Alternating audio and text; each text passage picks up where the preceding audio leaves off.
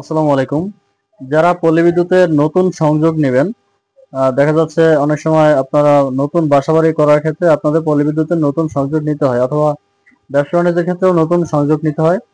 সেক্ষেত্রে আপনারা নতুন সংযোগ নেওয়ার জন্য যে সমস্ত ডকুমেন্টসগুলো আপনাদের প্রয়োজন হবে, যেমন হচ্ছে ১ নাম্বার হচ্ছে আপনার পাসপোর্টের রঙিন ছবি।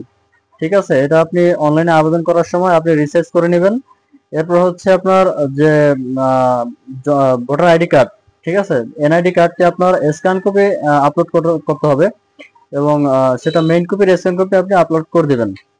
এরপর হচ্ছে আপনার যে জায়গায় মিটার নেবেন, আপনি যে জায়গায় সংযোগ নেবেন সেই জায়গার কাগজপত্র, অর্থাৎ আপনার দলিল থাকতে পারে, অথবা পর্চা বা খতিয়ান থাকতে পারে। ঠিক আছে? ওই খতিয়ান বা পর্চা এগুলোর মেইন কপি আপনি স্ক্যান করে আপনি আপলোড করে দিবেন। ঠিক আছে? আর যদি আপনার দলিল থাকে সেক্ষেত্রে আপনি দলিলটি স্ক্যান করে পিডিএফ করে আপনি সবগুলো পাতা একসাথে আপলোড করে দেবেন।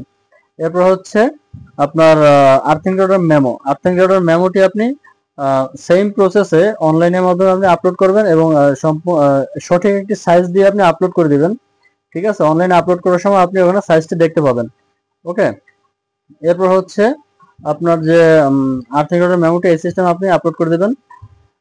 এরপর আমরা যখন আগে আবেদন করতাম মিটারের জন্য, তখন আমরা রিপোর্টটি আলাদাভাবে দিতে হতো।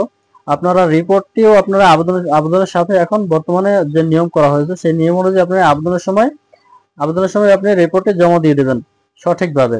ঠিক আছে? যদি আপনার ওয়ারিশের সম্পত্তি হয় সেক্ষেত্রে কিন্তু আপনার দলিল দিলে শুধু হবে না, আপনার অবশ্যই ওয়ারিশ সার্টিফিকেট থাকলে ওয়ারিশ সার্টিফিকেট, অথবা উত্তরাধিকার সনদ থাকলে সেই উত্তরাধিকার সনদ সহ আপনাকে আপলোড করে অনলাইনের মাধ্যমে আবেদনটি করতে হবে। ধন্যবাদ সবাইকে।